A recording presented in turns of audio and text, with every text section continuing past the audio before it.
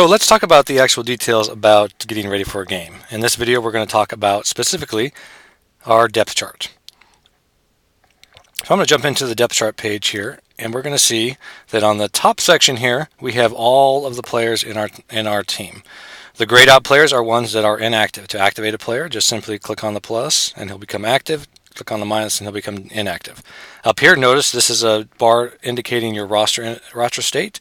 This will tell you how many players you currently have under contract and what the max is. You can have 60 players in preseason, and you can have 60 active players during the preseason. So you can activate all your players so they all get playing time. Once the regular season starts, you have to be down to 53 players, and you can have 53 max, and you can only have 46 active players. As you see, if I activate a player, I now have 47 active players, and it's telling me, hey, look out, you have too many active players. If you ever see red up here, you know that you're at the risk of having the artificial intelligence coach make decisions for you, which may mess your depth chart up. Then down at the bottom, we have offensive positions, we have defensive positions, we have the special teams positions, and we have overrides. So real briefly, this is pretty straightforward. The first three are, at least.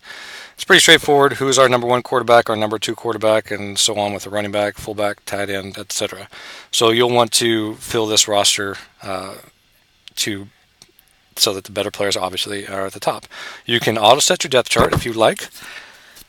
During preseason, you may want to use future ratings instead of current, and you may want to activate and deactivate players, and you can also just set the depth chart of certain positions. The special teams positions are a little bit, you have the gunner and the special team blocker and the special team rusher. So basically the gunner are players that are going to be going after on kickoffs and punts. So the top gunners are going to be your gunners in the punting team, and they're also going to be, this is going to be the list of players that are on your kickoff team. The special teams blocker, this is the line that is going to protect the punts and the kicks, and the special team rusher, this is the line that's going to be attacking the punts and the kicks. And then you have your long snapper, your kick holder, your punter. Your field goal kicker and kickoffs are separate in case you have a kicker on your team that maybe has a strong kick strength attribute but doesn't have a high accuracy. You may want to have him for kickoffs and then have a field goal kicker be somebody who's a little more accurate but not necessarily as strong. And your returners. Lastly, I want to talk about the overrides. This basically is a place where in the certain situations, let's say we want to play somebody else than what is our default. So as you can see, the default position, or the default player, the number one player at each position is being assigned. But let's say, for example,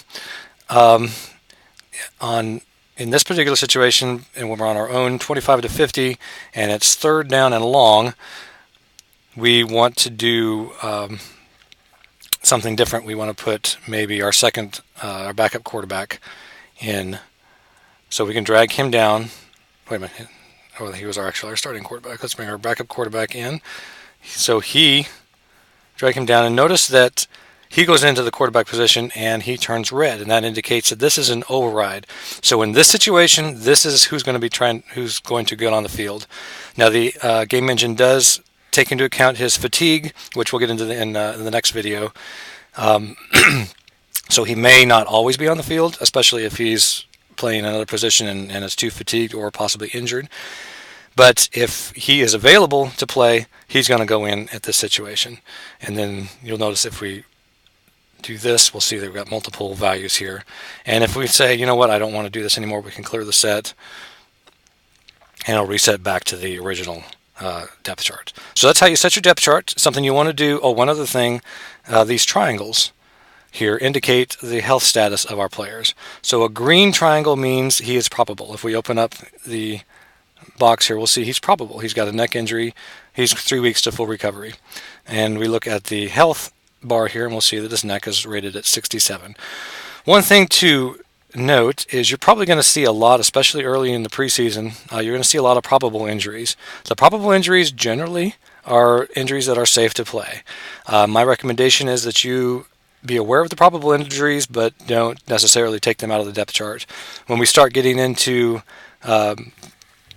questionable and doubtful, the bar or the little box begins to move more toward the red end of the spectrum, and as you can see, Evans here is questionable, then you might want to start to consider sitting your players.